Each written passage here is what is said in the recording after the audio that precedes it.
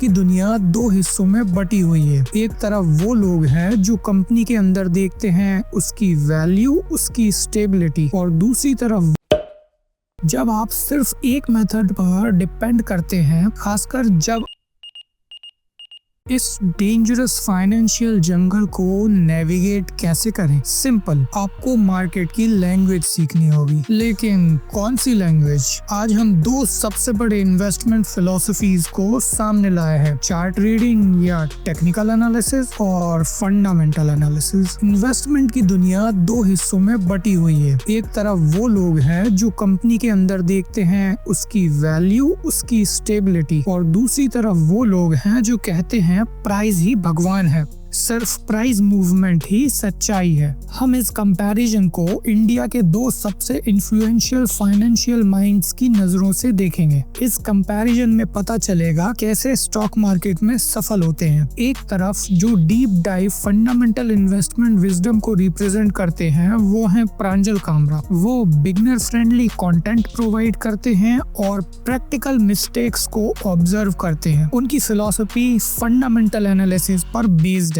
और दूसरी तरफ प्राइस एक्शन, पैटर्न और टाइमिंग की दुनिया को रिप्रेजेंट करते हैं सुनील मिंगलानी। वो 20 साल से ज्यादा एक्सपीरियंस वाले एक सक्सेसफुल स्टॉक मार्केट साइकोलॉजिस्ट हैं। उनकी यूनिक एबिलिटी है इन्वेस्टर साइकोलॉजी को real time stock market trend के साथ अलाइन करना, जिसको वो अपने tagline be simple by simple में समेटते हैं। ये है चार्ट रीडिंग या टेक्निकल एनालिसिस का अप्रोच। हमारा गोल चाहे सेविंग हो या एग्रेसिव ग्रोथ, हमें कोर डिफरेंस समझना होगा। फंडामेंटल एनालिसिस आपको एक्सपर्ट इन्वेस्टर बनाता है। यह सवाल पूछता है इस कंपनी की एक्चुअल वर्थ क्या है। फंडामेंटल एनालिस्ट का गोल है लॉन्ग टर्म वेल्थ क्रिएट करना। प्रांजल कामरा स्ट्रेस करते हैं कि आपकी मनी पर इंटरेस्ट रेट इन्फ्लेशन से ज्यादा होना चाहिए, तभी आप ग्रोइंग इकोनॉमी इंडिया के बेनिफिट ले पाएंगे। एक फंडामेंटलिस्ट कंपनी की फाइनेंशियल हेल्थ और मैनेजमेंट क्वालिटी को देखता है। वो एनालाइज करता है valuation, PE ratio, profitability,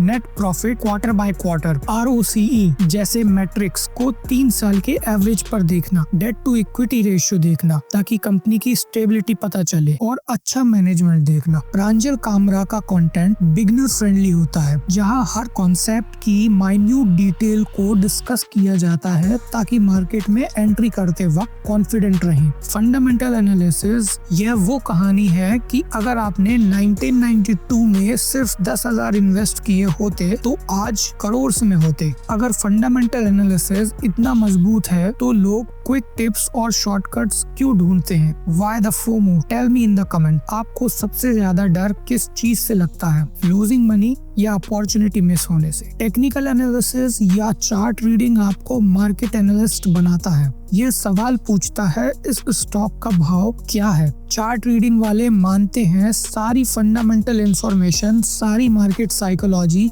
price और वॉल्यूम में ऑलरेडी रिफ्लेक्टेड है। सुनील मिंगलानी का फोकस इन्वेस्टर साइकोलॉजी को मार्केट ट्रेंड के साथ अलाइन करने पर है। चार्ट रीडिंग सीखने वालों के लिए कैरिकुलम डिटेल्ड होता है, जिसमें आप मार्केट की लैंग्वेज पहचानते हैं, कैंडलस्टिक्स के टाइप्स और स्पेसिफिक कैंडलस्टिक्स फॉर्मेशंस, जिनमें सुनील मिंगलानी के यूनिक इम्प्लीमेंटेशन भी हैं। पैटर्न्स जैसे double top, triple tops, head and shoulder, flags और ट्रायंगल्स को पहचानना। टाइमिंग टूल जैसे डाउ थ्योरी और फिबोनाची को यूज करना। इंडिकेटर्स जैसे RSI, MACD और बॉलिंगर बैंड्स टूल से मूवमेंट और वॉलेटिलिटी को समझना। साइकोलॉजी, ट्रेडिंग साइकोलॉजी और मनी मैनेजमेंट पर जोर दिया जाता है। चार्ट रीडिंग एंट्री और एग्जिट को टाइम करने के लिए, शॉर्ट टर्म प्राइस फ्लक्चुएशन को समझने के लिए और ट्रेडिंग साइकोलॉजी को मास्टर करने के लिए बहुत जरूरी है। अब जब हम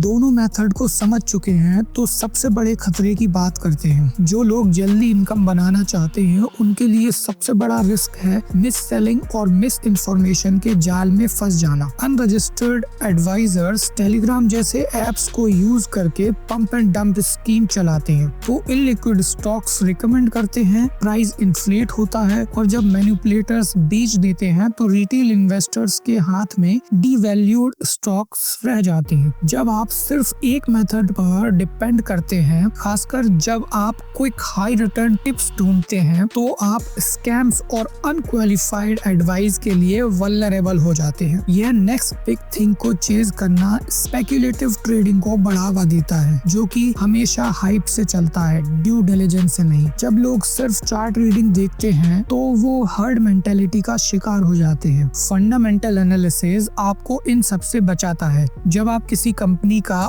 ROCE, debt to equity ratio और नेट प्रॉफिट देखते हैं तो आप ब्राइटकॉम ग्रुप जैसे फाइनेंशियल मिस इंटरप्रिटेशन को पहचान सकते हैं। ब्राइटकॉम ग्रुप ने अपने प्रॉफिट को गलत तरीके से दिखाया था, जिसके बाद सेबी ने 34 करोड़ की पेनाल्टी लगाई। लेकिन सिर्फ फंडामेंटल एनालिसिस से क्या होगा? आपने एक मजबूत कंपनी तो ढूंढ ली, पर अगर उसे पीक प्राइस पर खरीद लिया तो प्रॉफिट कैसे होगा? एक ग्रेट कंपनी को डिजास्टर हाई प्राइस पर खरीदने से कैसे बचेंगे? इनकम जनरेट करने का और नुकसान से बचने का सीक्रेट दोनों मेथड को साथ में यूज करना है। सुनील मिंगलानी, जो स्टॉक मार्केट साइकोलॉजिस्ट है, ट्रेडिंग साइकोलॉजी और मनी मैनेजमेंट पर स्ट्रेस करते हैं। प्रांजल कामरा बिगिनर्स के लिए हर कॉन्सेप्ट को डिटेल्स में कवर करते हैं। जब आप दोनों की फिलॉसफी को मिलाते हैं तब सफलता मिलती है। आप फंडामेंटल एनालिसिस यूज करते हैं यह पता लगाने के लिए क्या खरीदना है। आप strong management, robust sales growth और अच्छे वैल्यूएशन वाली कंपनी ढूंढते हैं। यह आपको मैनिपुलेटिव स्कीम्स और फाइनेंशियल मिस इंटरप्रिटेशन से दूर रखता है। आप चार्ट रीडिंग यूज करते हैं यह पता लगाने के लिए कि